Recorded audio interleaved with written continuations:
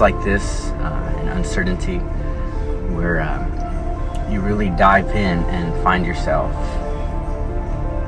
And I feel like I've ridden this wave so many times where I feel like I'm reaching like a new ceiling of success, or really wealth is what I'm looking for. I'm looking for more of my time than I'm looking for money, but money buys your time back, right?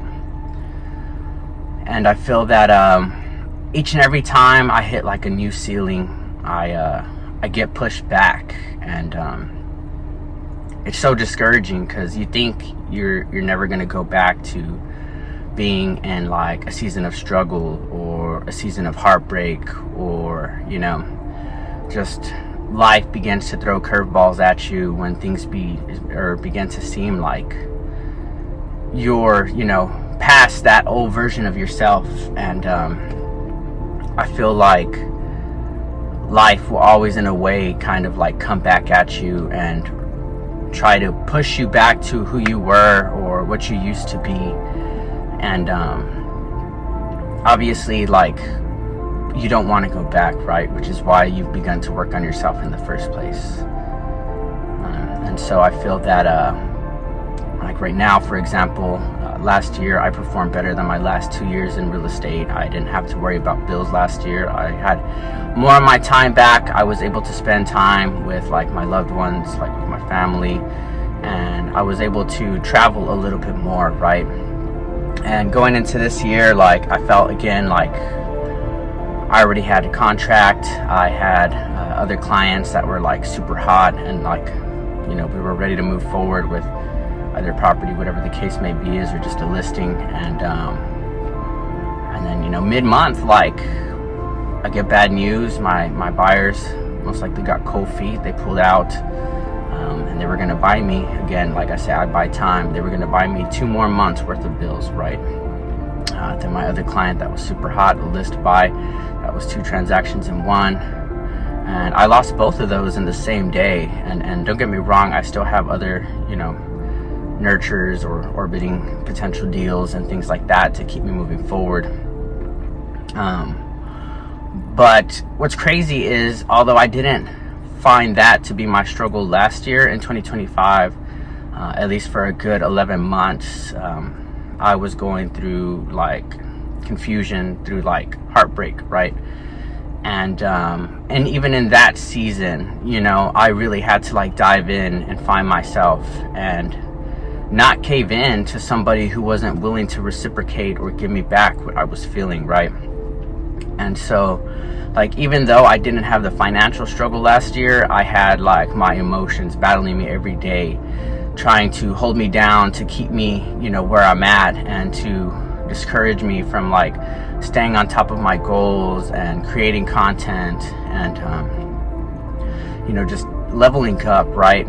Like, I think when you really feel for somebody, like, all you want to do is make it work. You want to fix it. You want to just resolve the issue and go back to where you were before. But a part of growing too is also knowing your limits, and knowing when you have to walk away, and knowing when it's time to just cut a connection in general. It doesn't even have to be a relationship, or it could always be friendships, family members. And so during times like this is where you owe it to yourself.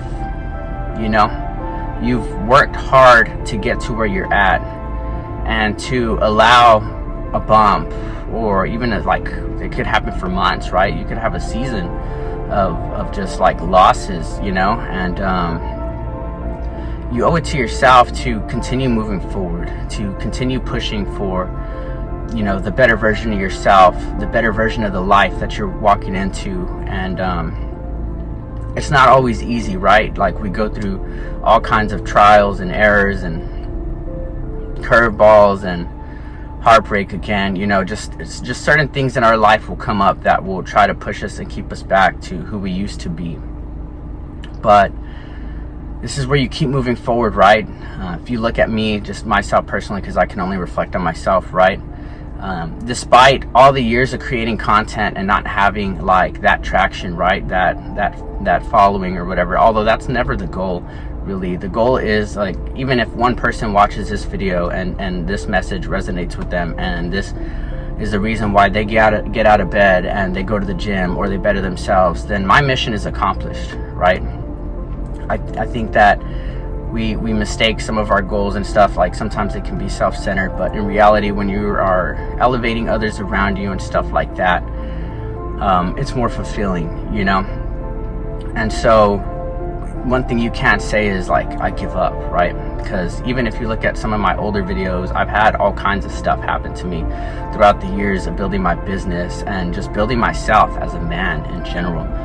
And I mean, I'm further than where I was before, and that's just because I didn't stop. Like, even if I had 5 views, 10 views on a video, I've been creating content for 4 to 5 years straight, and I mean, I'm only getting better at it, right? So again, if I can just reach that one person, you know, and it changes their life, then my mission is accomplished in that. But most people will start and they're not going to get the traction, or they're not going to get the attention that they're looking for, or they just feel like they're not reaching out to anybody. And sometimes you have silent viewers, you know, you never know who's really watching you. I just encourage you to keep pushing and keep elevating for yourself, you know, but not in a selfish way, but in a way that you begin to love yourself, and you begin to develop the confidence to know that in these moments that you're gonna persevere. And you know, I could just say, like, even in this moment of like where it feels like my back is against the wall, I have the confidence that at some point I'm gonna turn it around, because again, I'm not gonna give up. And so I hope this resonates with somebody out there, and that, you know, it pushes you to keep going. You know, don't allow the ups and downs, you know, to throw you for a loop, to make you feel like you're not destined for greatness, or that purpose, or that mission that you're chasing after, because you are. And if you don't give up, inevitably you're gonna succeed.